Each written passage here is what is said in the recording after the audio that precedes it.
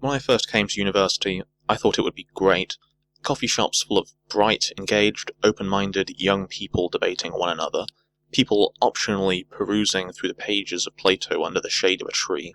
How would I be able to step out of my front door without bumping into the next poet laureate, the next Jean-Paul Sartre or Milton Friedman? Alas, I had the questionable pleasure of having as my housemate the just fabulous Jessica. A lady with such feminist genius that the mere act of reading her Facebook posts kills patriarchally oriented brain cells. Actually, all brain cells. Someone with such a novel and inventive grasp of modern history that every other historian out there may as well just drop their pens, close their books, and give up. Indeed, when I first saw The Amazing Atheist's Tumblr Feminist video back in 2012, and he made the statement, basically like, rape is worse than genocide, it is worse than murder, it is worse than the death of all living things simultaneously. It is worse than the entire cosmos being erased. I thought he surely couldn't be serious. Surely these feminists aren't actually stupid enough to think that rape is worse than genocide. A full-blown Tumblr retard, perhaps, but my former friend Jessica? Surely not. She seems like a reasonable average person on the outside, who just happens to be a feminist. She doesn't have a Tumblr, she doesn't do any of that carving the word slut into her chest with a razor blade and protesting women's rights in the streets, half-dressed in bondage gear sort of stuff. Surely she wouldn't be dumb enough to... here we go again. And that brings us to May 9th this year. For those of you who don't know, that's VE Day, the anniversary of Allied victory over the Nazis in Europe. So, The Independent posted this article about how the Soviet Union basically took the brunt of World War II in the European theatre. 20 million Soviet citizens died during the war on the Eastern Front, perhaps upwards of 40 million. They were holding off the Nazis while the Americans and British prepared to launch D-Day, and also fought the North African and Pacific campaigns. 20 million to 40 million. No matter your personal, political persuasion, that is undeniably a huge death toll. However, for Jessica, those 20 million just aren't that important.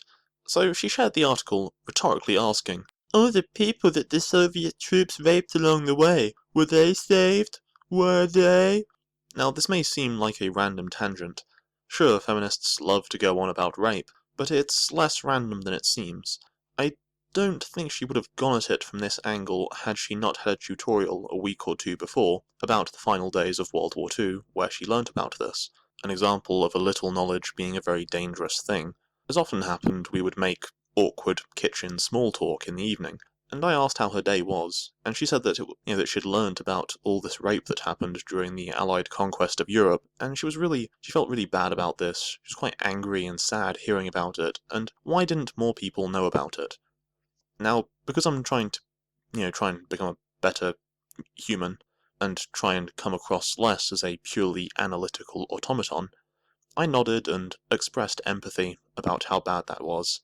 I refrained, however, from pointing out the obvious, which is that there are many stories from many wars that never get a proper telling. Not just that, but 1 million rapes in the context of a war that killed 80 million is relatively small. Bad things happen in war. People are blinded, deafened, burnt, have limbs blown off, lose their ancestral homes, whole villages and towns razed to the ground, see their families shredded by artillery fire in front of their very eyes, and yes, many are raped as well. Not to mention that World War II shifted the geopolitical landscape to the Cold War that dominated the next 50 years of world politics. You can kind of understand why a detail like a million rapes doesn't have much ink spilt on it. So, because I passed over that previous opportunity, I took this one to try and straighten her out. Were all those people who got raped saved? Well, yes, I contested. Had the Nazis not been ejected out of Europe, they would have implemented Genocide Plan Ost, and cleansed the entire of Eastern Europe to make way for colonists of pure German blood. 100 million Slavic people plus, Gypsies, Turkic people, everyone in Eastern Europe would have been sent to the gas chambers and annihilated, to make living space for a 1,000-year Reich. However, there was a measure of mercy, as the most Germanic-looking Slavs may have just been enslaved rather than exterminated, just so you understand what the stakes are. Surely that's worse, I pointed out. the widespread slaughter of absolutely everyone versus the rape of the few. To be diplomatic, I did say that it would obviously be better had Europe been liberated without any rapes occurring, but that sadly just wasn't the case. Also, I don't think she actually knows what a nirvana fallacy is. When historian Antony Beevor wrote his book about the fall of Berlin and brought focus to the issue of the Soviets' use of rape as a weapon of war, he was berated by the Russian ambassador for smearing the memory of heroes, and subsequently had his books banned from sale in that country. Compare Beevor's actions to Jessica's irrational whining on Facebook. She does not care for nuance. The reasons why this epidemic of rape happened were multifaceted. Firstly, the Soviet army comprised many poorly trained conscripts, rather than the prepared-from-birth troops of the Wehrmacht. The lack of discipline tends to result in chaotic pillaging as opposed to orderly conduct. Secondly, the Soviets, as I said earlier, lost 20 to 40 million people, and many troops are alleged to have held a revenge motive during their rapes. Not all of them, and obviously to different degrees. Thirdly, there was a Soviet state propaganda effort promoting the narrative that Nazis were especially rapacious towards the women of Eastern Europe, and Stalin himself is said to have done nothing when confronted with reports of mass rape, saying that his soldiers deserved the victims as a sort of spoil of war.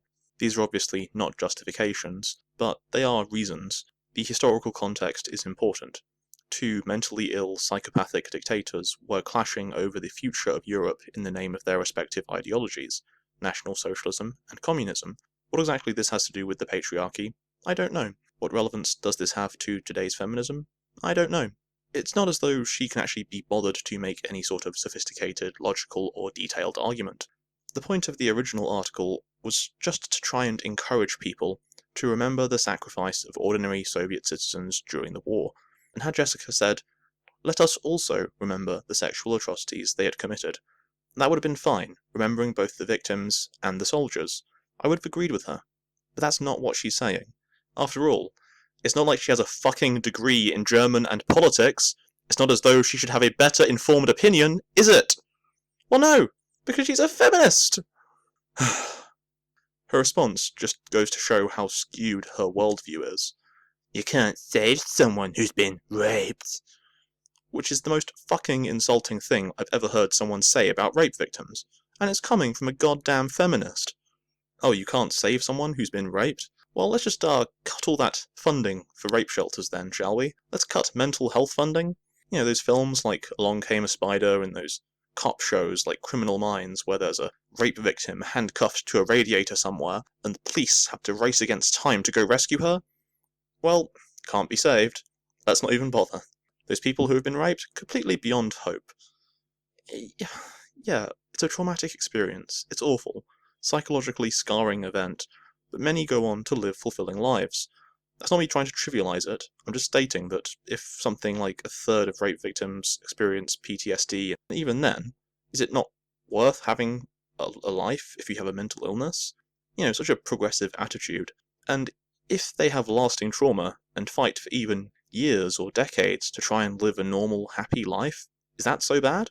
Ask a 90-year-old European rape victim from the war if she could go back in time, whether she would be raped again and the Nazis be vanquished. She lives to see the fall of the USSR. She lives the next 70 years in defiance of all the pain, all of the death and suffering, and every breath she takes, every moment of joy she feels, every hope she has for her children to make a better world for tomorrow. Would she take that all back and rather not be raped and have the Nazis in control, seeing the entire of Eastern Europe exterminated? I bet she wouldn't make that swap. Jessica is so desperate to signal her moral superiority and get across the point that rape is bad, that she goes round in this circle and makes no sense, and ends up just making a statement harmful to rape victims to support a view that makes no historical sense. Rape is bad, and today, 98% of men who aren't rapists know that. Some of those know, but they're just too psychopathic to care. Who are you trying to convince with this rape is bad narrative, apart from preaching to the converted on your Facebook? Does it make you feel good? That virtue signalling? I think you just look stupid.